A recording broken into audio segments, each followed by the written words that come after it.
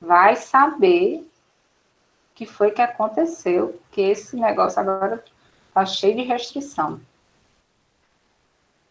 Estranho demais, mas tudo bem. Pois então, aí, nessa perspectiva, o incidente é porque a intervenção ocorreu depois que o processo já estava em curso. E nessa situação, eu tenho que é cabível, né? Aí uma perspectiva civilista pura, é cabível quando vocês estão ouvindo direitinho? É cabível quando a situação no civil puro, né? Alberga uma daquelas condições, né? Lá do artigo 50 do Código Civil, que é o abuso, né? Da relação fraudulenta. Vou só botar, pronto. A relação fraudulenta, né? Do desvio desvio padrão. Porque está entrando gente e aí eu estou me perdendo aqui. Pronto, agora foi. O desvio, né, de finalidade, ou então a relação de confusão patrimonial. Isso numa perspectiva de admitir o incidente numa perspectiva civil pura. Aí a gente fez aquela ressalta do cabimento da teoria menor do Código do Consumidor e também a teoria, que eu estava até brincando com a Laís, a teoria menor do direito do trabalho, né, que vem aí sofrendo, não deixa de ser teoria menor, mas que já vem sofrendo uma outra, um outro viés, né, de percepções. Então, assim, a circunstância da aula passada sobre o incidente foi de admissibilidade, de cabimento. E aí, vindo a falar nisso, a situação do incidente em si, procedimentalmente, ele atinge, né, e ele transcorre por duas etapas do processo.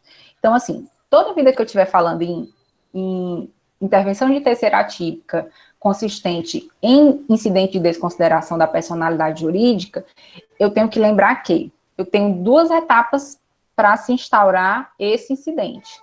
A primeira, que diz respeito ao critério de admissibilidade dessa intervenção, e aí esse critério de admissibilidade, ela tá voltada totalmente ao direito material, às hipóteses de cabimento, né, e aí vem, esse nome vem em perspectiva de fase de admissibilidade, porque é aí que o juiz vai verificar, né, se as características, né, estão presentes, requisitos estão presentes para aceitar a intervenção.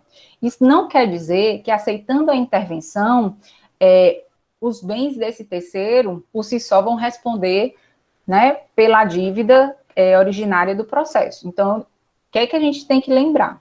Toda vida que eu estiver falando incidente de desconsideração da personalidade jurídica, ainda que eu tenha as hipóteses, né, os critérios que admita que esse terceiro entre, seja trazido ao processo, isso não quer dizer necessariamente que o patrimônio dele vai responder pela dívida do processo originário, que nem contra ele era, certo? Vocês tá tranquilo aí? Porque eu tenho duas fases que estabelece essa monta. Um é só para admitir o incidente e o outro é o processo do incidente, tá?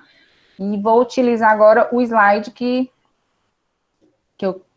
Pronto. Todo mundo vendo aí, né? Então, assim, ó, lembra que o procedimento do incidente, ele é voltado em duas fases. A primeira é a verificação das hipóteses do direito material. E isso vai depender muito a situação do direito que está em questão no processo. Se é um direito consumerista, se é um direito do trabalho, se é uma perspectiva civil pura, né, estrita, pura não, estrita, ou então até uma relação que diga respeito ao direito empresarial. Eu botei na aula passada um slide que tem a lei do CAD, né, que envolve também muita a matéria de ordem econômica, mas a gente tem outras legislações, como o próprio CTN, né, o Código Tributário, que também tem suas hipóteses de cabimento da desconsideração. Então, quando vocês estiverem, por exemplo, empresarial, vocês vão ver outras proteções da empresa.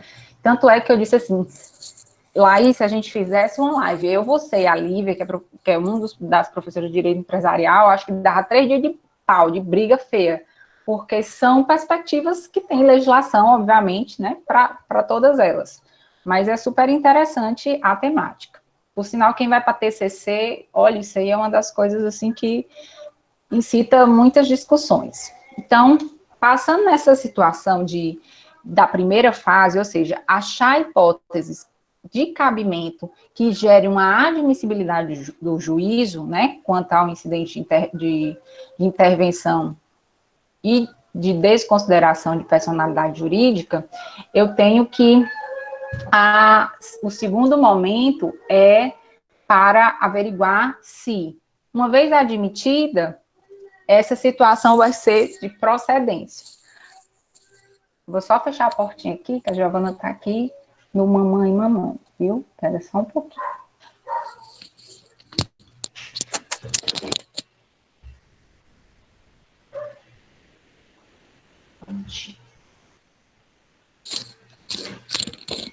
Olha, eu vou lhe dizer, viu? Acho que meus alunos nunca foram tão íntimos e participaram tanto da minha vida como agora, né? E é porque eu tenho bons amigos que vieram de relações assim, de aluno, mas eu nunca vi na minha vida, né? Uma intimidade tão de perto. E falando nessa situação da intervenção de terceiro, a segunda fase, né, do incidente de desconsideração da personalidade jurídica, ela se volta exatamente para o procedimento em si. E aí, esse procedimento em si consiste em quê? Né? Primeira situação, aceito o incidente, e aí a gente parte as conjunturas. Primeiro, quem pode propor o incidente? Né? O Código de Processo Civil, ele, quando estabeleceu o procedimento, ele foi muito objetivo quanto às possibilidades e a perspectiva de quem tem a iniciativa de propor o incidente. Então, as partes, por óbvio, né, porque elas têm o maior interesse, então, qualquer das partes pode propor o incidente de desconsideração, uma vez que tenha algum requisito de cabimento. O Ministério Público também pode propor, e aí, talvez a clara evidência do procedimento no CPC, no atual, né, CPC, foi no sentido de não possibilitar de ofício esse incidente de desconsideração pelo próprio juiz. Porque no código anterior a gente não tinha essa vedação, e agora a gente tem. No sentido de que aceitar que o juiz de ofício, né, promova esse incidente, significaria dizer... não significaria dizer, mas significaria, de alguma forma, comprometer o princípio da imparcialidade, porque ele faria um movimento que ultrapassa, né, os interesses do manejamento processual. Acaba sendo uma perspectiva muito mais de postura em prol de uma das partes, né? Então, aí, o CPC, ele foi mais direto, dizendo que de ofício não, mas Ministério Público sim, obviamente quando tiver interesse para atuar, né, seja como fiscal da lei, como parte nem se fala, porque pode demais, e as próprias partes, né, autor e réu, quando delas for do interesse. Sendo certo que quando a gente fala na instauração do incidente por uma das partes, geralmente é aquela que está procurando o crédito, né, que está em busca do crédito. Livinha acabou de chegar. Boa noite. Pronto, aí vamos lá. Então, imagine que, aí eu vou pegar numa perspectiva civilista, tá? Eu sou credora da Lara. E daí, não é a Lara, pessoa física, que me deve. É a empresa que a Lara é uma das sócias, certo? Nessa situação, eu vou entrar no processo em face da pessoa jurídica. No tramitar, pode ocorrer do, né, credor, no exemplo eu perceber um movimento estranho quanto ao desfazimento de bens da empresa, né? E nesse temor, e perceber, por exemplo, uma das hipóteses do Código Civil, que é essa situação do desvio de finalidade, eu apresentar essa petição, né, que a gente chama de petição incidental, para pedir a desconsideração da personalidade jurídica daquele réu originário e chamar os sócios ou a sócia, né, para responder junto com a pessoa jurídica. O juiz, diante da minha alegação feita em petição incidental, averiguando que, de fato, eu trago elementos convincentes quanto à admissibilidade da hipótese que eu trabalho, que é o quê? O desvio de finalidade da empresa, ele aceita o incidente. Então, aceitar o incidente, né, que consiste a primeira fase, ele só admite que esse terceiro venha a participar do processo. Ele não traz esse terceiro para responder automático, né, pela dívida da pessoa jurídica. Então, uma coisa que tem que ficar muito clara, quando o juiz admite esse terceiro, né, que é a pessoa física, em nome dos sócios ou do administrador, ele vir para o processo, ele vem para também ter resguardado ampla defesa e contraditório. O incidente de desconsideração da personalidade jurídica, apesar de ser um susto para qualquer sócio, para qualquer administrador que, né, obviamente, constituído uma empresa, se resguarda, obviamente, as responsabilidades, os direitos e os deveres, né, originários na empresa, com certeza, quando essa excepcionalidade ela é admitida, é um susto para qualquer pessoa física que faz parte da empresa. Mas o procedimento da desconsideração, né, do incidente, ele é uma proteção para os próprios sócios ou para o administrador, porque ali ele vai ter o direito resguardado de exercer seu contraditório e sua ampla defesa. Então, ele vai apresentar a própria defesa sobre os argumentos apresentados pelo aquele que pediu, né, a quebra da proteção da pessoa jurídica em si, e também vai produzir provas, tudo que o autor tiver direito para produzir provas quanto aos argumentos que ele trouxe ao processo, para desconsiderar essa personalidade jurídica, a pessoa física, né, sócio ou administrador, ela também vai ter direito de voz e de defesa na mesma proporção, inclusive produzindo provas, né? Então, assim, só para deixar claro, procedimento, ele não é num primeiro momento, né? Ele não é um autoritarismo. Eu acho que é muito pelo contrário. Ele é mais uma perspectiva de dar oportunidade para que quem possa responder, né, pelo um prejuízo, participe do processo, até para ver resguardado os seus direitos. Então, assim, certa vez eu estava conversando lá sobre isso, porque numa perspectiva, assim, né, no direito do trabalho, eu, obviamente, advogo para empregado e empregador, mas, enfim, tive muito e tenho muito mais experiência, né, na justiça do trabalho pelo viés do empregador, né, e a professora Laís tem um viés de participação, né, patrocinando o reclamante, em grande maioria. E isso, obviamente, é uma situação harmônica, mas que a gente apresenta, às vezes, teses, né, que são conflitantes.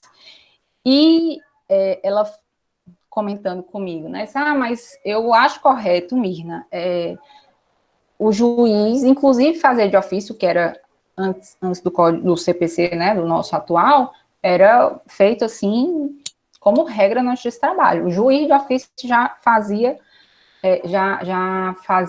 a penhora online dos sócios da pessoa jurídica. E aí eu conversando assim, Laís, pois eu sou muito mais a favor que o juiz não faça de ofício, mas que ele instaure o procedimento. Porque o que hoje acontece? Acontece que, se eu trago essa pessoa física, né, considerando a hipótese do incidente ser aceito, se eu trago essa pessoa física para responder pelo processo, pelo menos eu ouvi essa pessoa física, que é sócio administrador. Agora, quando o juiz faz de ofício, ele não está fazendo de ofício um incidente de desconsideração, ele simplesmente bloqueia o dinheiro da pessoa física que sequer teve a oportunidade de participar do processo. Então, assim, e aí entendo o argumento que a professora Laís trouxe, que foi assim, mas a gente sabe que tem empresas que blindam o patrimônio pessoal e realmente deixa a pessoa jurídica sucateada para não responder pelos danos. Não, tudo bem, a gente sabe que isso é real, isso é frustrante, isso é indignante, mas é aquela situação, o processo, como também é a Constituição, a gente não pode, no automatismo, colocar, isso é uma perspectiva minha, tá, gente? Porque cada um vai ter, obviamente, né, suas considerações. Eu não posso presumir que toda pessoa jurídica vai agir de má fé, né? Então, nessa situação, eu lembrei, assim, de situações, de casos, né, que eu patrocinei a defesa de um cliente que tinha uma empresa que realmente estava passando necessidade e era uma empresa pequenininha e o juiz de ofício, na época, fez, né, instaurou automaticamente a desconsideração, sem sequer ouvi-lo, e bloqueou o único dinheiro que ele tinha em conta, e ele passou, tipo, um mês sem conseguir pagar as contas do mês, porque era uma empresa pequena, a empresa realmente estava quebrada, e teve uma demanda trabalhista que não foi possível fazer o pagamento integral, pelo menos naquele momento. E aí ele já bloqueou automático, e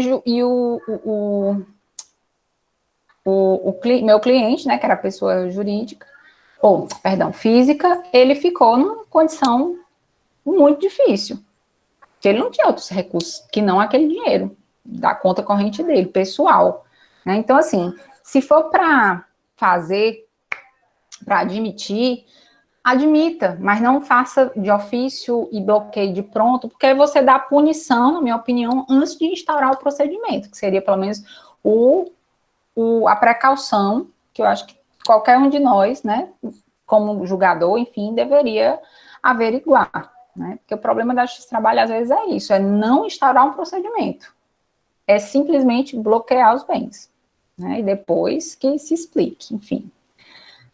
Mas eu sei que a realidade também de algumas empresas, infelizmente, é de burlar direitos, né? E aí são também especialistas. Pois bem, fechar aqui, né, a ritualística. A petição incidental, ela é apresentada, e quando a petição incidental ela é apresentada, necessariamente o juiz faz o primeiro juízo de admissibilidade, né, para aceitar ou não o incidente de desconsideração da personalidade jurídica. Se o juiz não verificar que tem qualquer uma das hipóteses que né, de desconsideração, ele de plano já indefere o incidente. Tipo, ele pode, de plano, se não averiguar que tem um dos requisitos, pelo menos, ele indefere. Mirna, e isso, esse indeferimento? O juiz sequer admitiu na primeira fase a desconsideração. Como é que fica o direito da pessoa? Ela tem direito de recorrer, quem pediu o incidente? Tem sim, tem direito de recorrer, e essa decisão, como é uma decisão que a gente denomina, né, interlocutória, porque ela está entre locuções, né, entre falas, o recurso cabível é agravo de instrumento, né, que é uma parte recursal que vocês vão trabalhar bem em processo civil 2 com o professor Gaúcho. Mas aí é possível também uma segunda hipótese, que é o quê? A pessoa instaurar um incidente, mas o juiz, ele não se posicionar de pronto, no sentido, não é total inócuo essa possibilidade de admitir, mas eu ainda tenho algumas dúvidas sobre esse requisito de admissão. Então, o juiz, para decidir, logo nessa primeira etapa, ele também pode intimar o autor para que esse autor complemente mais informações a fim de que convença esse julgador que um dos requisitos de admissibilidade estão presentes, certo? Então, na segunda hipótese, que é o caso do juiz receber e perceber que é possível, mas ainda não ter tanta certeza para decidir, ele pode intimar o autor para que junte mais argumentos ou até mesmo produza algumas provas para convencer dessa possibilidade de admissão, tá? Ou então, uma terceira hipótese, que é, chegou a petição incidental, né, de desconsideração, e de pronto já tem todos os elementos que convenceram o juiz da possibilidade de instaurar o incidente. Então, assim, quando o juiz seja, né, passando por esse primeiro momento de pedir mais informações para o autor, ou seja, quando de plano ele já se convence da possibilidade, né, de instaurar um incidente, o movimento ele recebe a petição do incidente, e aí ele começa a exercer o contraditório em ampla defesa.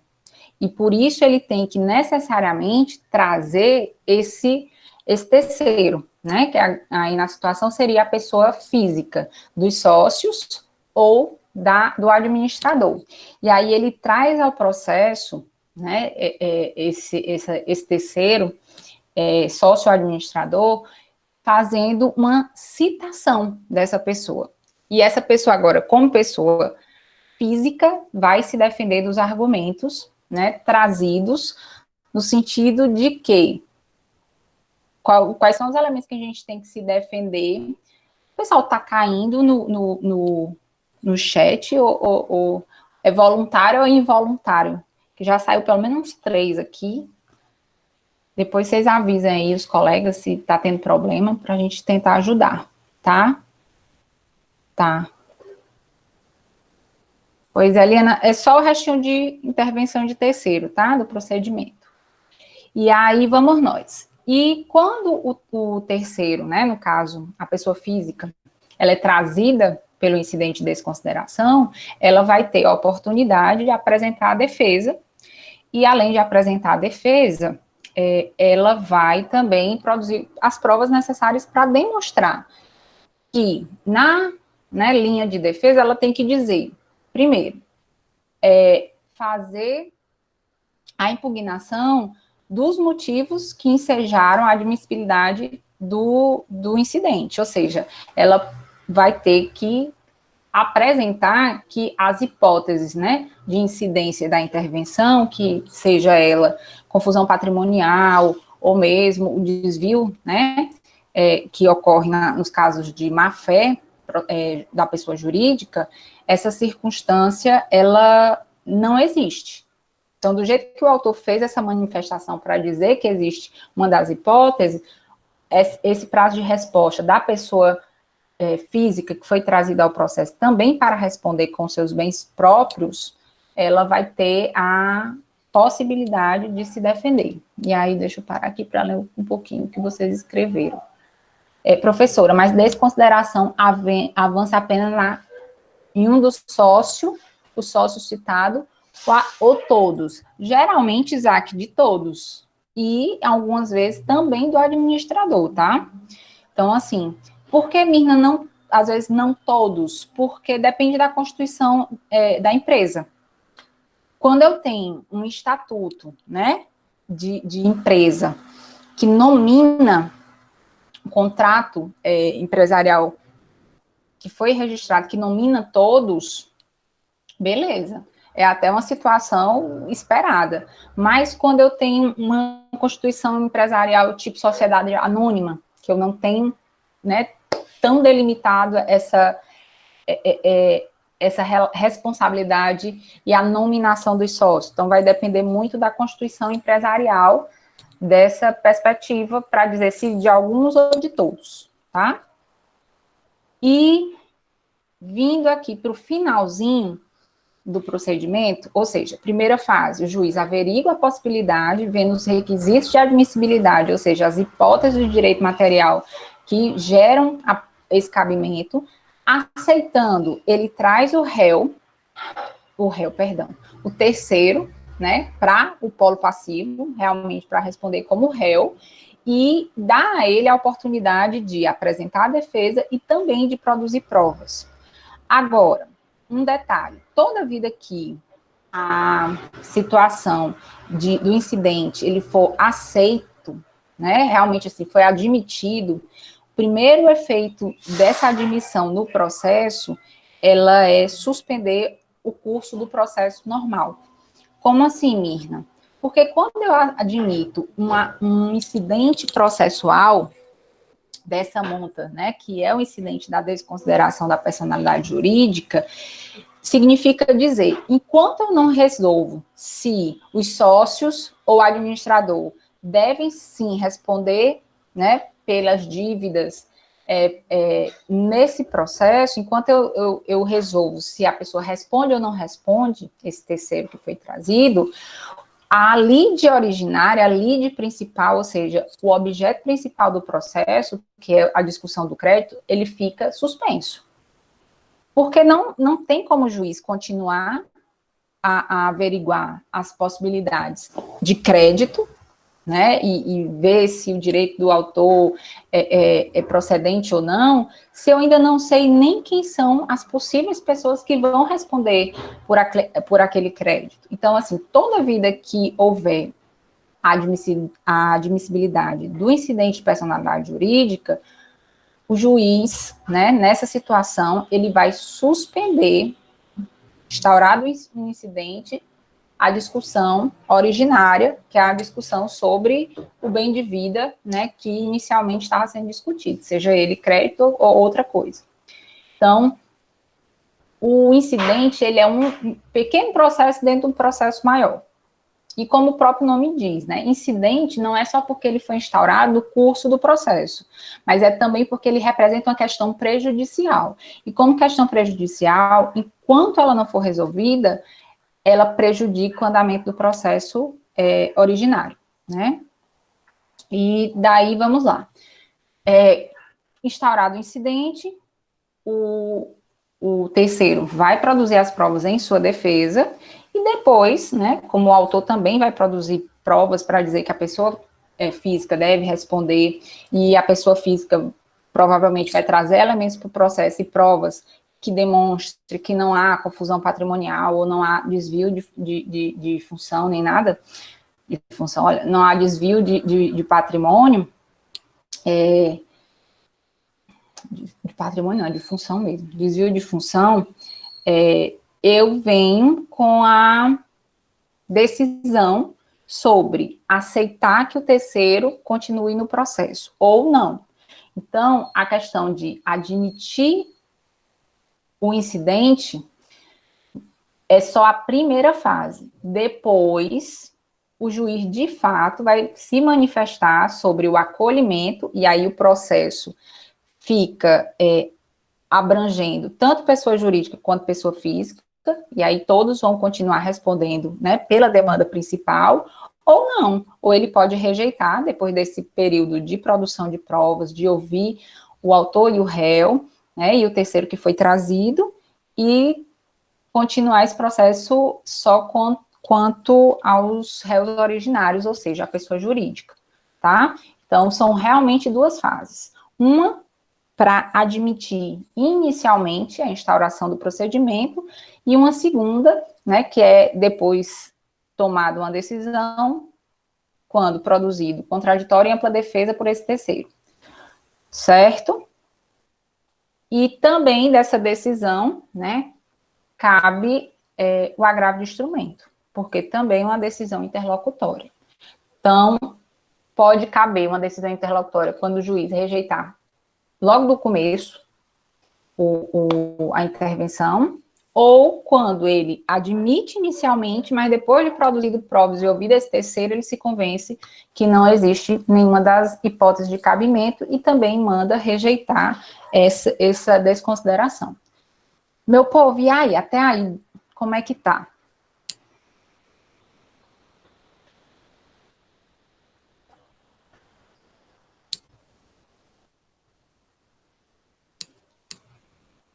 O Isaac, né, Isaac, tu estagiou em alguns escritórios grandes, assim, de muita leva de demanda empresarial.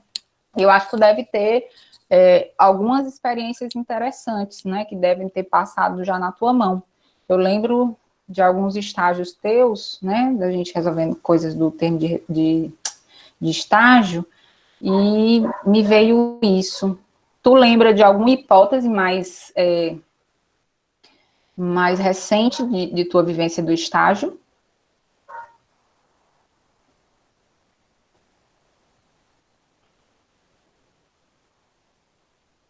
Cadê a Gabi para fazer clique, clique? Ah, nunca pegou o caso de desconsideração, tá? Entendi. Então, vamos nós. A Mauri chegou. Bem-vinda, Mauri. Bem-vindo. Pois bem. E posso ir, finalizando esse conteúdo, posso ir para o próximo?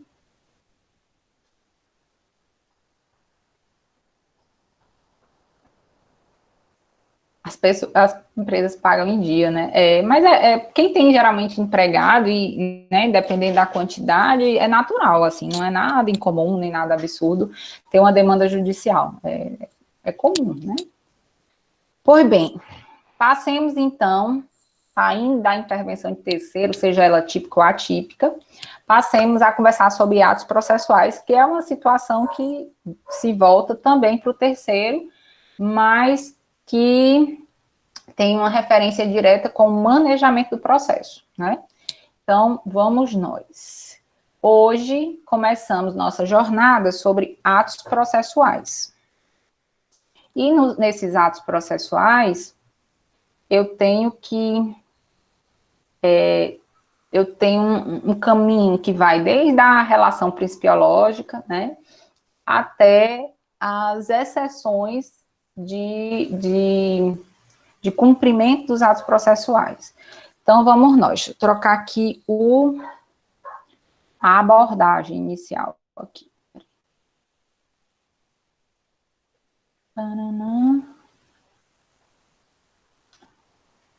Pronto, vamos trocar os slides. Eu vou já fazer uma chamadinha para ver se a gente não tem prejuízo lá no Moodle. Me digam só uma coisa, todo mundo conseguiu registrar a frequência no Moodle hoje? Sim, sim.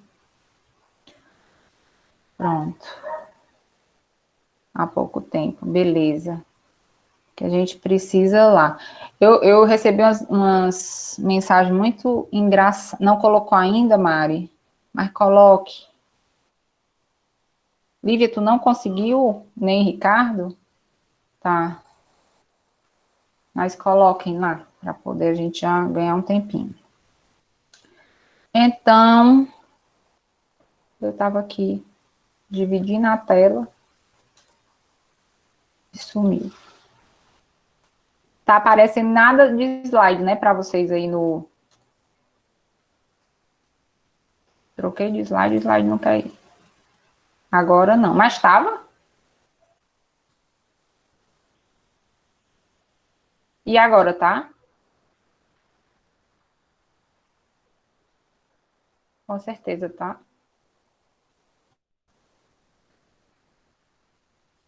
Sim, entrou.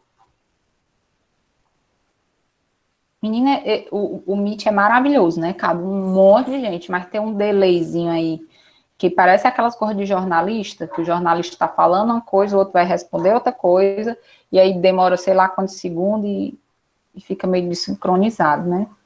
Estranho. Pronto, mas agora vocês estão vendo, né? Agora eu que não estou vendo. Que coisa esquisita. Ah, vou ver. Pronto, consegui. Então, hoje a gente inicia essa jornada de atos processuais, e aí a gente vai passar do 188 até o 211, conversando sobre isso, mas depois do 211 a gente tem outra jornada que tem outro nome, né, para o capítulo, mas também que fala de atos processuais, tá? Então, vai ser aí uma constante na nossa vida, porque processo se faz de atos. Eu botei esse desenho aí exatamente porque a questão processual, ela tem muito dois significados, né, de atos processuais, na verdade. forrozão aqui gritando na minha janela, Jesus. Ela tem uma relação de atos processuais, que é voltado ao encaixe, né, de atos que são produzidos em cadeia. Então, toda vida que eu falo em atos processuais, primeiro eu estou falando de forma, né, como processualmente as partes se manifestam, o juiz se manifesta, né, os auxiliares da justiça se manifestam, mas, além disso, existe essa relação de sincronicidade, né, que é meio que representado por esse encaixe aí como é o nome disso, gente, que aí bota as pecinhas, quebra-cabeça. Quando a gente estuda processo, e geralmente a gente estuda, e quando a gente gosta de estudar processo, a sensação que a gente tem, assim, até muito frequente, quando fala de atos processuais, a sensação, às vezes, que eu tenho, principalmente quem está na advocacia, né, é que parece que a gente está num quebra-cabeça. E, além disso, a gente está num xadrez. Porque toda vida que a gente pensa numa petição, num pedido a se fazer, quase automático vem aquele raciocínio de xadrez, que é, eu vou entrar com a medida tal, mas se eu entrar com a medida tal, o fulano, que é a outra parte, vai ingressar provavelmente o recurso tal. E aí você começa a ver que as processuais são compatíveis e são mais adequados, porque processo, principalmente o processo, seja ele qual for, né, o constitucional, o trabalhista, o criminal, o penal, enfim, o processo, ele realmente te lança as opções para mexer, né, mexer a causa. Então, nessa situação, quando eu falo nesse encaminhamento, nos andamentos, né, do processo, eu muito certamente estou falando que existem várias opções para mexer esse processo. Umas mais adequadas, umas totalmente inadequadas ou incabíveis, mas pode haver, sim, várias formas cabíveis, e aí a gente faz só a mensuração do que é mais interessante para aquele momento. Então, é mais do que comum termos essa possibilidade de praticar vários atos processuais e fazer até escolhas entre eles, pensando na conveniência e nesse tabuleiro aí de xadrez imaginário, tá? Vocês estão tão calados, é porque é segunda-feira, o pessoal da quarta-feira, vocês estavam tudo mais animadinho. Como foi lá o negócio da Marília Mendonça? Tô sem astral. Ô, mulher, disso não. Segunda-feira é um dia meio morgado, né? Assim. Mas não fica assim, não. Pois é, não teve nem as brincadeiras de plano. Mas vamos descontraindo. Fala, vocês acharam que era feriado, gente? De quê? Aí, tipo, foi uma decepção, foi?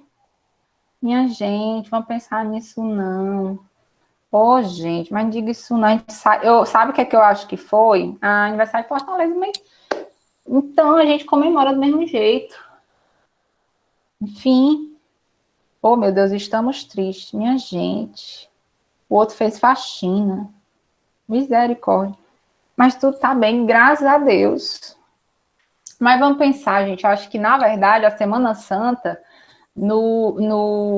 né, veio aí dar uma quebra no ritmo. Toda vida que eu volto de feriado, não sei se vocês têm essa situação, e aí eu tô falando aqui amenidades, para a gente também descontrair, porque senão vocês me deixam aí na casa de vocês, eu fecho o olho, eu consigo ver vocês indo lá, ali, conversar um pouquinho com a mãe, com o pai, com a companheira, com o esposo, com a mulher, e me deixa aqui, aí eu fico no coração, assim, sentindo, meu Deus, estou só eu, a Lara, Duda e a Lívia, que deve também estar ali, o Amaury, que passa, depois fala ali com o filho dele e volta.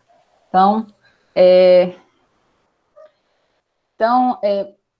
descontraindo um pouquinho, mas a sensação que eu tenho é que quando a gente sai de um feriado, a gente perde o ritmo só 100%. João, fiquem aí, por favor, porque o negócio que a gente tem que desenvolver uma disciplina extra para estar, né, em aulas remotas. Nos exige muito mais. Coisa linda, eu sei que vocês estão comigo, e mesmo que não tivesse, eu sinto que estão, então dá no mesmo. E só faltaria se fosse só para contrariar a original, minha gente. Chagas abertas. Pois tá certo. Pois bem, já estamos pensando em live, já melhorou umas gotinhas. Então, voltamos. Vale, meu Deus, descontraiu foi muito agora. O que é 100, Caio? Fez med no coco. Ah, tá. Menina. Menina. Eu li agora, Mirna, meu irmão fez med no coco. Eu fiquei, gente, o que é isso? Mas agora eu entendi. Vai fazer prova pelo Moodle. Gente, provavelmente a gente também vai fazer a NP2 pelo Moodle. Não, passei amanhã, meio que em reunião, e aí meus chefes também estarão em reunião amanhã, e depois a gente já vai saber alguma coisa por isso. Mas ele já fez, né, prova, o da medicina. Pois então, vamos chamar aqui. A professora disse que está na semana da faculdade de Direito. Pronto, a gente também vai falar. Só esperando aí as últimas reuniões dos superchefs, tá bom? Acalme o coração. As MP1s não, mas isso aí vai ser outra perspectiva, né? Vai ser outras reuniões. Sim, sim. Eba, ótimo. Tá, mas aí não vamos nos condicionar, Maia, ao calendário da medicina, né? Vamos nos considerar, vamos nos nortear pelo nosso próprio calendário e aguentar aí nosso coraçãozinho ansioso, mas vai dar certo, tá? Pois então. Corda. Porque a gente não sabe quando termina. E aí o período ia ficar muito pequenininho.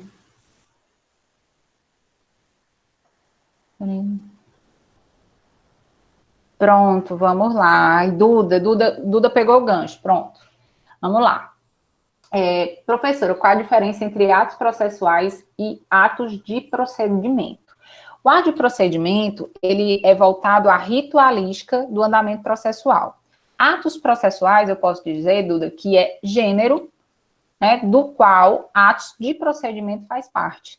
Porque atos processuais pode ser todos os atos que sejam desencadeados ou não um no outro, que digam respeito ou não da ritualística do andamento do processo, mas que também, como ato processual e gênero, podem ser atos espaçados que não esteja voltado ao rito do andamento processual em si.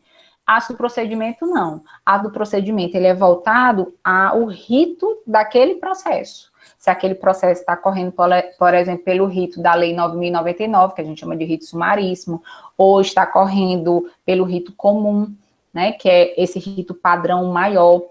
Então, eu tenho essas duas diferenciações mesmo. Sendo que a primeira, que é atos processuais, elas abarcam também os atos de procedimento. Todo ato de procedimento é um ato processual? É um ato processual. E o inverso não. Perfeito, Eliana. Já chegando, dizendo para que veio, porque é exatamente isso. Viu? Então, vamos aqui para esse segundo momento de atos processuais. A gente tem um caminho aí interessante para percorrer. Então, como regra, né, eu tenho que falar em atos processuais e tenho que ter alguns parâmetros principiológicos na base. Eu fiz TGP, que o professor Natália, lindeza, né, lindezinha. Pois então, a professora Natália, certamente, ela trouxe, né, alguns princípios que versavam sobre os atos processuais. Eu, obviamente, não fui exaurir todos, até porque essa parte principiológica é bem densa em TGP, e toma, assim, da carga horária de TGP muitas horas. Então, eu tentei concentrar nos princípios mais diretamente aplicados aos atos, né? Então, selecionei aqui praticamente 2, mas que um deles tem um pouquinho de desmembramento para outros princípios. Então, assim, ó, quando eu falo em ato processual, uma coisa que eu tenho que relembrar, né, já que vocês já tiveram essa parte lá em TGP, é que a regra do processo, enquanto o ato, ele é um pouquinho diferente até das regras do próprio processo civil, que é o quê? O processo civil, lembra, acho que na primeira ou segunda aula da gente, eu perguntei, processo é formal ou informal? Vocês lembram que eu perguntei isso? Vocês responderam isso a mim, na época? Sim ou não? Formal ou informal? Só para poder a gente estabelecer aqui uma troca. Gabi tá aí, formal, linda. Obrigada, Ana Paula, obrigada. Formal. E não vai deixar de ser, o ato processual não vai deixar de ser formal. Mas aí a gente passa a perseguir uma outra palavra que parece sinônimo de formal. O ato processual é solene ou não solene? E só para explicar, mesmo no que é que consistiria essa definição de solene para o ato? É ter uma forma. Ele tem uma forma como deve ocorrer. Pronto, agora já ficou mais emocionante, porque a gente não tem mais unanimidades. Como, né? Dizer que ele é formal não quer dizer, não é sinônimo, pelo menos processualmente falando, da relação de solene, ato solene ou ato não solene. Formal é de fato ter uma regra. Mas ser solene é ter uma forma única para ser cumprido. Por exemplo, uma procuração para alguém que vai vender um imóvel, ela, além de ter uma forma, né, portanto, aquele documento é um documento formal, uma procuração, a procuração para vender imóvel, ela é também um ato solene, que é um ato que tem uma forma, uma regra estrita como ele deve acontecer. Nesse caso, da procuração para vender imóvel, ela tem que ser pública. Então, a solenidade está nesse requisito. Uma procuração que cumpra os requisitos mínimos de toda procuração, mas também, nesse caso, para venda de imóvel, tem que ser pública, tá? E isso é a solenidade, é ter um rigor sobre a forma. Agora, em relação ao ato processual, o legislador fez uma outra escolha. O ato processual, ele é formal, mas ele é, como regra, não solene. Significa, Mirna, ele tem um formato para ocorrer, ele tem uma previsão legal? Tem. Mas esse formato, ele tem que ser estritamente seguido, e se ele não for seguido, esse ato processual não produz efeito, aí o legislador fez a opção de dizer assim, não, ele é formal, tem uma regra para como ele deve acontecer, mas a gente não tem essa exigência da solenidade, né, ilimitada. Muito pelo contrário, tanto é que o princípio que norteia os atos processuais, isso serve para a gente pensar sempre, quando for trabalhar nulidades processuais, é que se o ato processual, mesmo que não transcorra como a norma previu, se ele conseguir atingir o seu objetivo, ele deve ser aproveitado para o processo. É o que a gente vê lá no artigo 188, e cadê o povo? Maravilhoso, quem lê e quem copia aí no chat, que eu acho o máximo, foi super organizado. O 188 fala sobre os atos processuais. Dá uma olhadinha aí, alguém me ajuda? Se o Simão estiver aqui, Simão, cadê aquele negócio que tu lança lá, que sai o artigo todo lindo, perfeito, maravilhoso? E cadê nossos leitores? Mariana Dantas, pobre da Gabi, que leu mais do que o orador da turma da formatura passada. É esse? É sim, Mariana, é esse. A Mariana agora faz as duas coisas, entendeu? Os atos e os termos processuais. Vai. Os atos e os termos processuais. Os atos e os termos processuais independem de forma determinada, salvo quando a lei expressamente a exigir, considerando-se válidos os que realizados de outro modo lhe preencham a finalidade essencial. Pronto. O processo ele é formal, mas o ato, como regra, é não solene. E quando, ainda que ele não cumpra, né, o formato, o modo como ele deve ser executado, se ele conseguir atingir o objetivo para que ele foi criado, a regra é tentar aproveitar esse ato, que, respondendo a pergunta da Eliana, que é o princípio, Eliana, da instrumentalidade das formas, tá? Do artigo 188. Beleza? Em estágio. O que é isso, Linara, em estágio? Eu não acompanhei aí no finalzinho. Qual em estágio, acho? Não sei. Me explique aí. Vanderlei também aqui ajudou de novo. Pois pronto. Então, a gente tem isso, tá? Pensar no ato é aquela história que né, fazendo só dos fins justificam os meios. Não é bem isso, é muito grosseiro, né? Eu detesto essa premissa, assim, porque parece uma coisa que vale tudo, né? Mas é mais ou menos no sentido de que, ainda que não cumpra estritamente a forma, né, a regra, a previsão legal, se ele atingir a finalidade e, obviamente, se não houver ilegalidades. Essa situação, assim, a gente tenta aproveitar o ato, mas esse aproveitamento de ato, ele tem um limite. Obviamente, se ele for uma situação que beira a ilegalidade, esse ato vai ser questionado, sim, provavelmente vai ser declarado nulo ou anulável, minimamente, tá?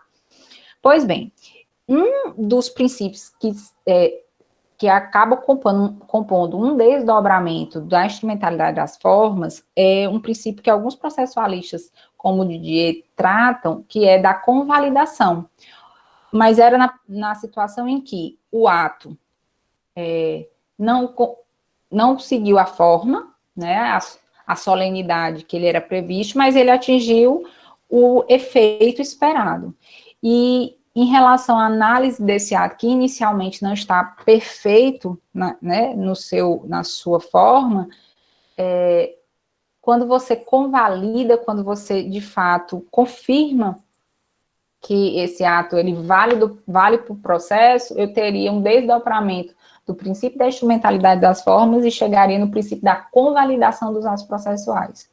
Tá? É quando exatamente o juiz confirma que o ato é válido, ainda que não tenha cumprido todos os patamares de exigências de formato. Por exemplo, agora a gente está fazendo tudo físico, né? O protocolo das petições no Moodle, certo? Mas antes, quando a nossa petição, vocês iam lá no NPJ, ali, antes do horário da aula de vocês, protocolar. Quem de vocês já protocolou uma peça que a impressão vocês colocaram lá no modo rascunho? A impressão. Aquela impressão assim, bem clarinha. Alguém já fez isso? Na petição do NPJ? Estou aguardando, tá, gente? Estou aqui. Ana Beatriz, nunca, né, Ana Beatriz? Ninguém nunca? Tá. Cri-cri. Eu já fiz, eu já protocolei na época de processo físico, lembro até onde era, foi no Juazeiro do Norte. Gabriel não está aqui com a gente hoje, não? Gabriel, eu fui lá na Justiça do Trabalho de Juazeiro do Norte, eu estava passando um perrengue, eu precisava protocolar uma petição incidental, era até para do endereço de um testemunho, e eu botei no modo rascunho. Isso, né, essa postura, ela descumpre, essa besteira, ela descumpre a situação de formalidade que o ato processual está previsto, porque o legislador, ele fez uma opção que todos os atos processuais impressos devem ser em tinta forte. Olha que louco. E só para finalizar essa relação da forma e da validade do ato, tá? Tô pegando, assim, coisas bem mais sutis. Quem de vocês já foi lá no NPJ e botou aquela toga do júri? Ai, tá aqui, Gabriel. Aí, Gabriel. Pois é, lá no Justiça do Trabalho de Juazeiro. Eu. Só mais um. Eu, pronto. Quem botou e espirrou imediatamente? Coisa linda e juro estimular. Never, a Helena PC. Eu, ó. Rinite acabou, né? Atacou, assim, pronto. E vou lhe dizer, porque como eu tô no NPJ sempre, a gente lava aquelas becas, assim, com periodicidade, né? Elas não ficam lá, assim, por 30 eternidades, a gente tira só de vez em quando, a gente bota para higienizar sempre. Mas tu imagina quem advoga no júri, lá no Fórum Clóvis Bevilacqua, por exemplo, numa daquelas 5 varas do júri, 6, na verdade, né? Imagina a situação da toga que fica lá, a cativa, ou seja, aquele advogado que não faz júri sempre, e aí não tem a sua beca particular e usa uma daquela. Acho que em Pelota, quem é a pessoa da rinite aqui? O Gabriel que disse que tinha uma rinite na hora. Pronto. E aí, nessa situação, gente, o nosso tribunal tem um regimento. E no regimento do nosso tribunal, como é do STJ, do STF, tem a previsão que toda sustentação oral feito em tribuna, né, e aí pode ser tribunal do júri, ou até no segundo grau, uma sustentação de recurso, tem que ser necessariamente com a vestimenta talar, que é a nossa toga. Então, isso de uma pessoa fazer uma sustentação oral sem a toga, pode, ou melhor, consiste em um ato processual que não cumpriu a sua solenidade. Inclusive, descumpre o regimento do próprio tribunal. Nessa situação, eu vou dizer que a pobre da pessoa tem que ir lá morrer asfixiada, mas tem que ficar com aquela toga? Não. E aí eu impero o princípio da instrumentalidade das formas. E a pobrezinha aqui da Cintia tá com a crise de rinite, então só não precisa pegar a toga, tá? Então, isso era só para ilustrar. Que é formal, o processo é formal, mas os atos processuais, como regra, são não solenes, não tem esse rigor no formato. Publicidade, que é outro, né? Como regra, os atos processuais são públicos. Eu fico muito pé da vida, principalmente quando eu penso nos meus alunos, sobre essa situação do processo eletrônico e o cumprimento desse princípio quanto aos atos processuais. Porque, ó, Mariana não nos abandona. Porque eu lembro quando eu era estudante, por sinal, eu tinha duas grandes vivências que hoje, infelizmente, a gente ainda não tem a condição boa que eu tinha. Primeiro, que o Clóvis Bevilacqua era todo no ar-condicionado, tá, meu povo? Só digo isso. Ou seja, piorou. Hoje a gente vai fazer uma audiência, a gente sai de lá pingando, né? Mas na época que eu era estagiário, primeiro era todo no ar-condicionado. 2, os atos processuais, de fato, quando o processo era físico, eram públicos. Então, se eu chegasse na secretaria e meus professores me estimulavam a gente, né? A mim, só não, óbvio. Assim, olha, eu estou dando tal matéria, por que você não vai na secretaria tal e pede um processo sobre tal ação? E aí a gente chegava, disse, olha, eu estou estudando direito, você poderia me dar um processo tal? Eu queria ver como é que é uma peça de contestação. E aí o cara vinha e entregava o processo para a gente olhava ali no balcão, ou seja, a gente tinha um acesso. Hoje, com o processo eletrônico, a gente tem acesso aos tópicos da movimentação do processo. Mas a gente não tem acesso ao arquivo na íntegra, ou pelo menos não todos os arquivos, principalmente os do advogado. E aí, ou seja, é menos um objeto de estudo que a gente poderia ter. Eu sou muito indignada com isso. Porque, poxa, a droga, a coisinha linda do processo não é pública, né? Então, poxa, é menos um elemento que eu tenho a oportunidade como estudante de estar ali estudando e vendo como é que faz, é pela peça dos outros, né?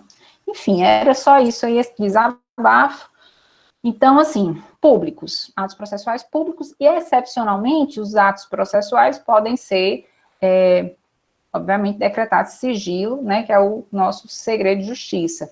Muito comum na vivência que vocês tiveram, para quem já tinha ido assistir às audiências, né, nos casos de família, porque ali, de fato, é a exposição mais íntima, né, da vida de uma pessoa. Então, sem falar que uma grande maioria daqueles casos também diz respeito a interesse de menor, né?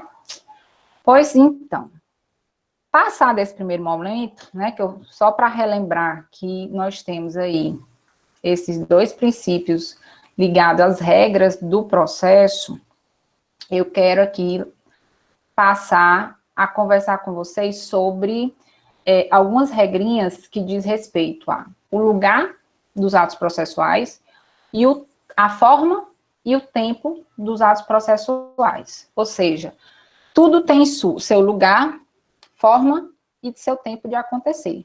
Tem, obviamente, as regras e, como tudo no direito, também suas exceções, certo? Então, vamos nós. Sobre o lugar dos atos processuais. Como regra, a gente pratica os atos processuais onde tem o juízo, a sede do juízo. E essa sede do juízo pode ser o fórum, ou pode ser sede de juizado especial, por exemplo, né? A gente fala assim, faz uma referência muito a fórum, mas quando a gente começa a trabalhar, a gente vê que essa relação de sede do juízo, ela é muito mais certeira na nomenclatura, porque a relação de sede de juízo alberga não só o fórum, mas também, né, essas unidades descentralizadas, como no nosso caso dos juizados. Agora, também, né, os atos processuais, além da sede do juízo, eles podem ocorrer, e ocorrem com muita frequência, em outras situações. Geralmente, ou melhor, outras situações em outros locais e diante de outras situações. Então, se eu for para a exceção, geralmente eu tenho uma situação específica que não se enquadra, né, para ele ser praticado na sede do juiz, e por isso que comporta a prática do ato em outras situações. Por exemplo, a relação de praticar um ato processual no hospital. Vocês já imaginaram uma situação dessa? Um ato processual ser praticado no hospital? Eu sei que aqui a gente tem alguns profissionais de saúde. Dividam conosco se vocês já viveram alguma coisa parecida.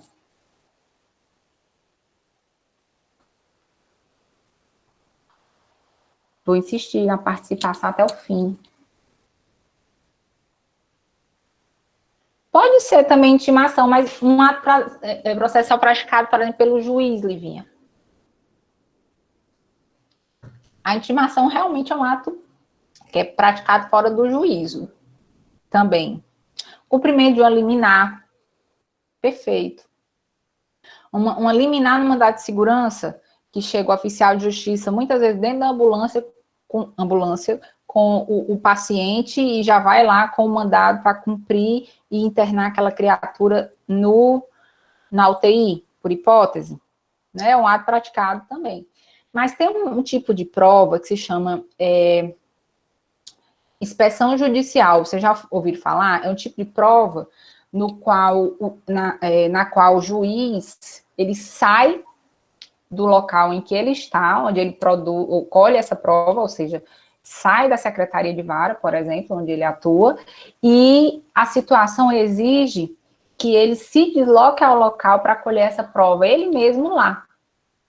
E isso é uma situação que é colhido, é um meio de prova que consiste na colheita de um depoimento, como disse a Vanderlene, mas diretamente pelo juiz em local externo à sede do juízo. Eu já passei por uma situação dessa de precisar de uma inspeção judicial, né, que o juiz fazia esse deslocamento para colher a prova. Em loco, pronto, perfeito. Foi uma situação em que eu tinha um processo de curatela de um senhor que realmente cognitivamente estava muito prejudicado, só que ele era advogado, na verdade advogado aposentado. Então ele tinha uns flashes muito, muito tênues, mas uns flashes de saber mais ou menos o que é que se tratava. Então quando a esposa disse, olha, a gente precisa ir no juiz. Ele disse, não, não vou, eu sei o que vocês querem, e daí ele criava resistência. E nisso, o juiz praticou esse ato processual, se deslocando até o apartamento dele, colhendo esse depoimento lá. Isso é uma prova, né, que a gente trata como uma relação de inspeção judicial, tá? E aí, a relação do in loco pode ser em várias situações. Eu já tive em audiência que, por exemplo, o depoimento do preposto estava sendo colhido ali na hora, aí o preposto começou a se enrolar, doutor Conrad, que é juiz ali na Justiça do Trabalho, ficou pé da vida, simplesmente, ele disse assim, pois agora a gente vai lá no local. E ele foi fazer a continuidade, né, dessa situação lá, no próprio local. Para averiguar as condições de trabalho que estavam sendo questionadas ali para o preposto. Então, as coisas emocionantes em audiência. Pois bem, e aí eu posso, né, ter esse deslocamento para fora da sede do juízo, porque a causa exige, né, ou pela necessidade do próprio juiz de estar mais próximo ao local da prova, né. Por outro lado, a relação de interesse de justiça, eu não sei se vocês viram, ou já viram algumas situações assim, que às vezes tem processo que é deslocado de uma sede do juízo para outra, que a gente chama de desaforamento, causas de júri, quando tem uma repercussão muito grande, que as testemunhas têm muito medo, porque a localidade é muito visada, enfim, é muito comum que o deslocamento de processo ocorra. E aí sai de uma sede de juiz para outra sede de juiz, mas não era a sede de juiz originária. Então, isso também é comum por interesse da justiça. Eu, quando era estagiária, eu advoguei no júri, logo que me formei, mas antes disso eu fui estagiária em vara de júri. E nessa situação, na época de estágio, tinha muito crime, né, obviamente júri tem que ser crime doloso contra a vida, mas tinha muita situação em que o crime tinha ocorrido, né, no interior, mas aí se tratava de pistolagem, e essas pessoas do interior tinham muito medo, né, como testemunhas até de depor, e aí eles desaforavam e traziam esse processo para a capital, que é um dos casos que autoriza também esse desaforamento, sair de uma sede de juiz para outro, né, que a regra é para ser onde tenha o local do crime, né, apurar. Pois então, outra situação, a natureza do ato, essa questão da inspeção judicial também, a natureza do ato, ela exige, né, esse deslocamento do juiz, por exemplo. A gente tem algumas situações que estão ocorrendo agora com a Covid-19, que é das renovações, né, dos benefícios previdenciários, e entre eles, alguns que já estão judicializados. Então, como é que está ocorrendo, né, esse deslocamento? Tá todo mundo saindo, manda todo mundo voltar, não me abandonem. Quando veio, né, a situação do Covid-19, tinha gente ali prestes a passar por uma inspeção judicial para ver a relação de incapacidade para o trabalho, enfim, não porque estava numa situação de, né, contaminada, enfim, pelo vírus, mas situações outras. E com essa situação do isolamento, em vez da pessoa ir até o juízo, já que os fóruns estão só funcionando em regime de plantão, o movimento está sendo contrário, né? O juízo, né, naqueles casos urgentes, eles estão se deslocando para fazer essa coleta, essa perícia, seja o que for, a prova que for, no local onde a pessoa está.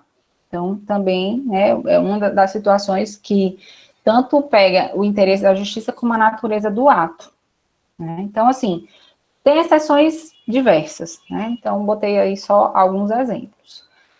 Agora, se eu tenho que o ato pode ser praticado na sede de juiz, excepcionalmente em outros locais, inclusive dentro do carro, né?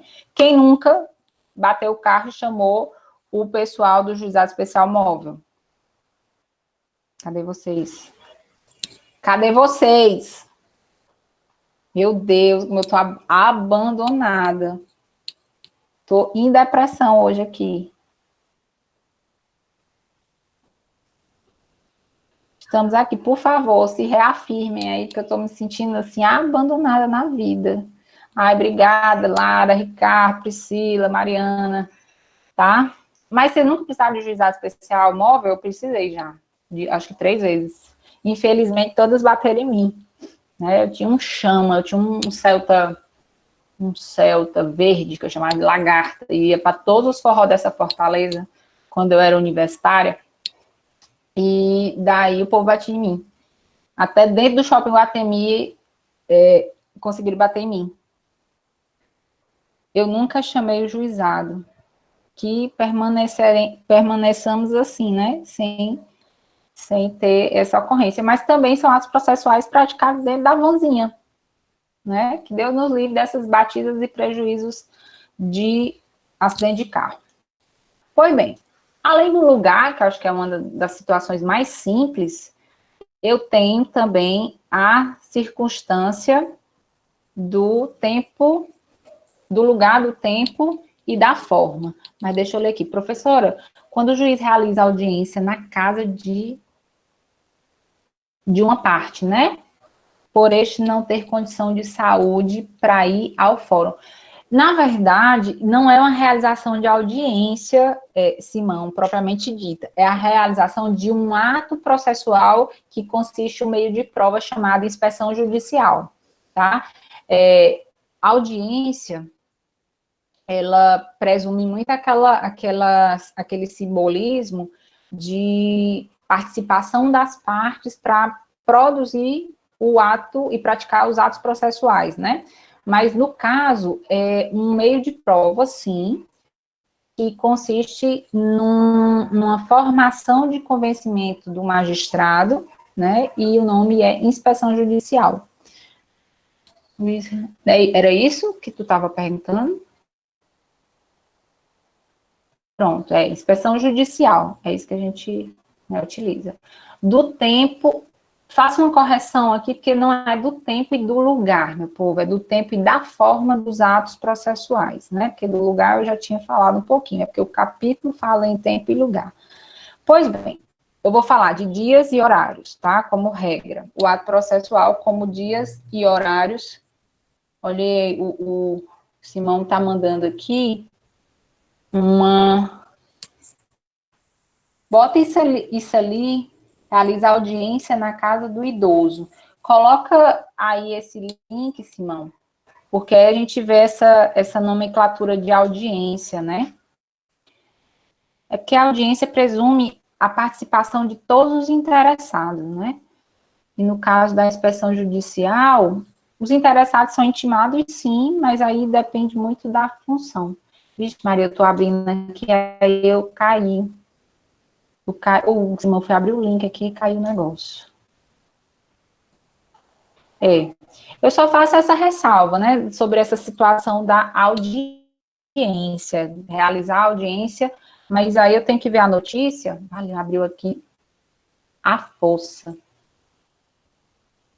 É exatamente um caso, inclusive, de previdenciário, Simão, exatamente do que a gente estava falando um pouquinho antes, que é quando o juiz se desloca, né, para fazer a inspeção judicial, que é a perícia não, perdão, a inspeção judicial para averiguar as condições daquele segurado, né?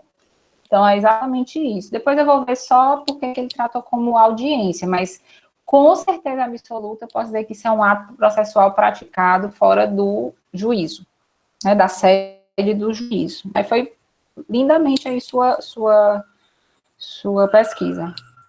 Valeu demais. Depois todo mundo abre, tá, gente? E aí eu vou aproveitar e vou botar também no Moodle. Ana Paula, eu compartilhei no Moodle também aquela notícia do Amicus Curiae, tá? O videozinho do YouTube que você compartilhou conosco. Se vocês puderem me mandar, eu também vou agregando lá para nos ajudar nessa caminhada. Muito obrigada aí a todos. Então, vamos lá. Dias e horário.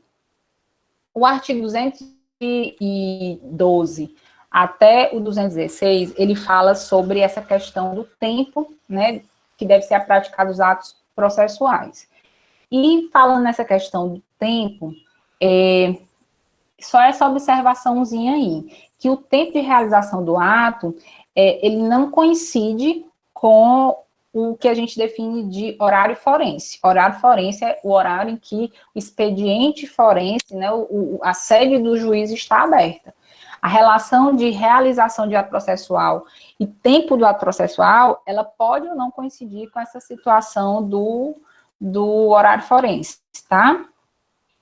Então, leitores, auxiliares, ajudantes, por favor, artigo 212.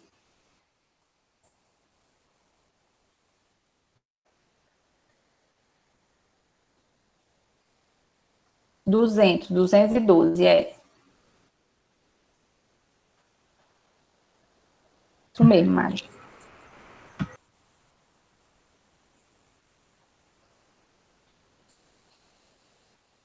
Os atos processuais serão realizados em dias úteis, das 6 às 20 horas. Parágrafo.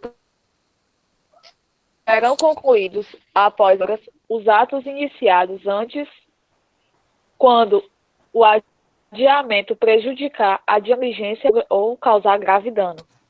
Tá. Olha só, o que é dia útil para vocês, meu povo?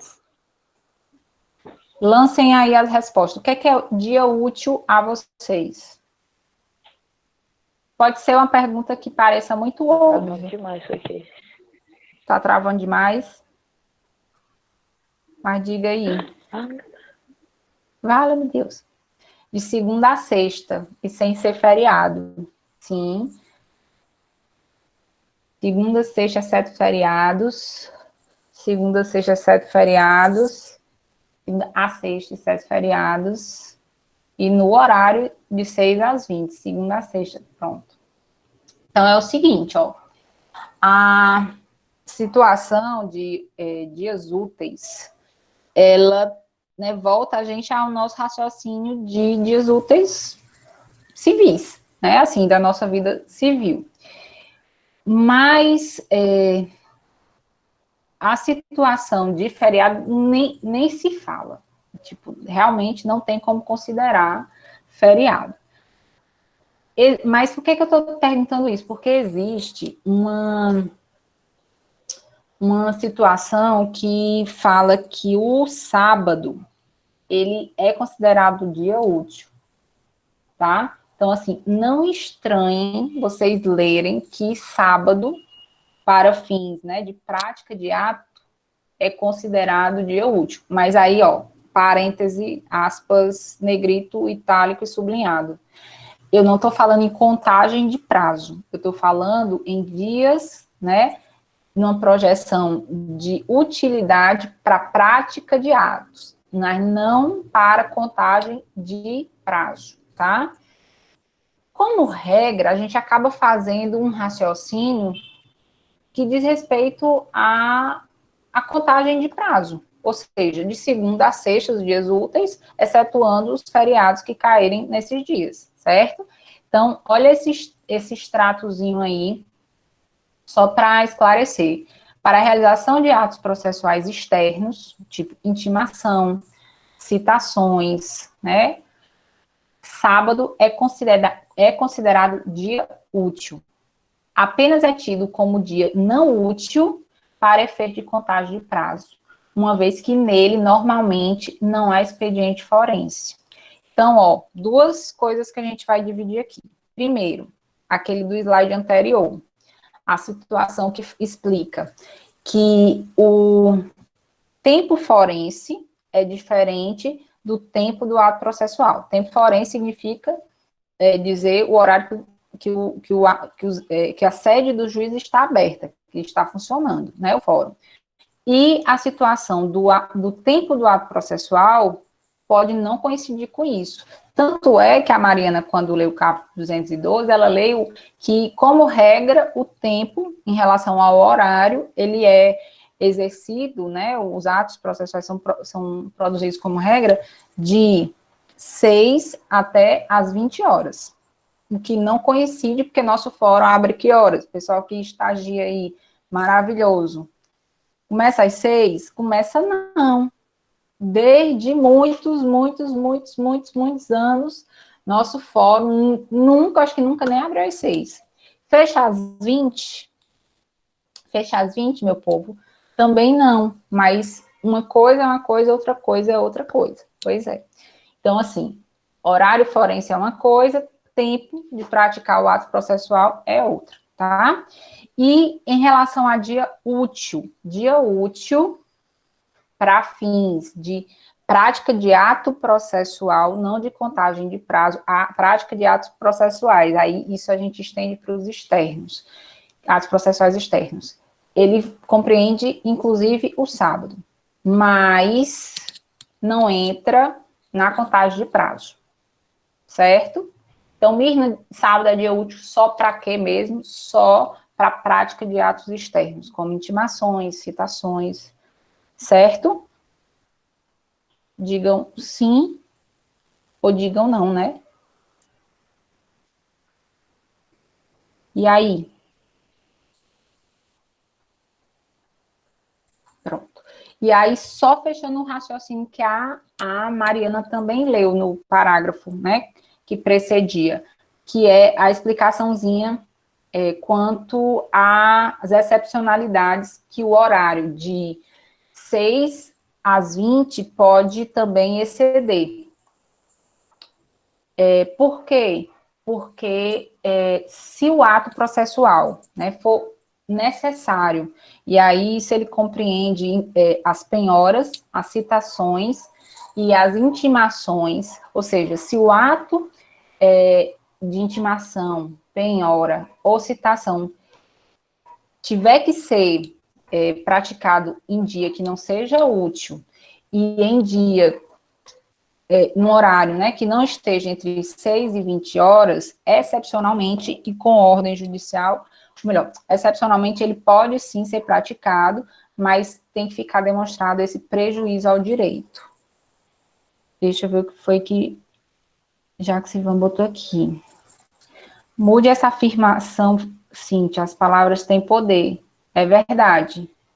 Verdade, eu errei essa questão, mas não errarei nunca mais. Pronto. Pronto? Pois então, meu povo, seguinte.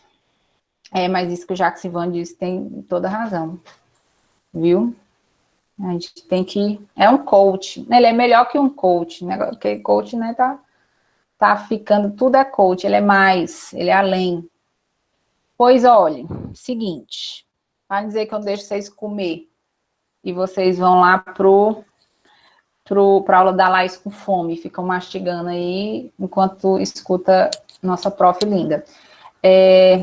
Vou fazer a chamada aqui, antes de vocês irem para lá, só para resguardar quem de fato está e não conseguiu registrar lá, tá? Vou aqui abrir, já comi, muito bem.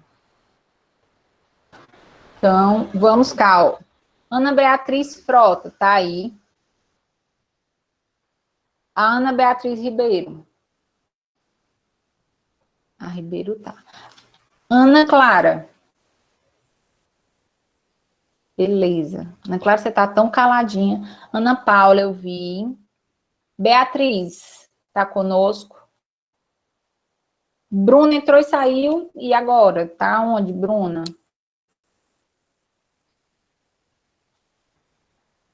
Beatriz, não. Bruna, não. Caio eu vi várias vezes. Caio, se manifeste. Aqui, lindeza. Te falta do Matheus hoje, Caio. Cíntia, sim, sempre. Eliana está conosco, sim.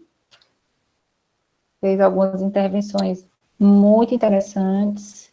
Matheus está aí, ó. Matheus, senti sua falta. Fagner.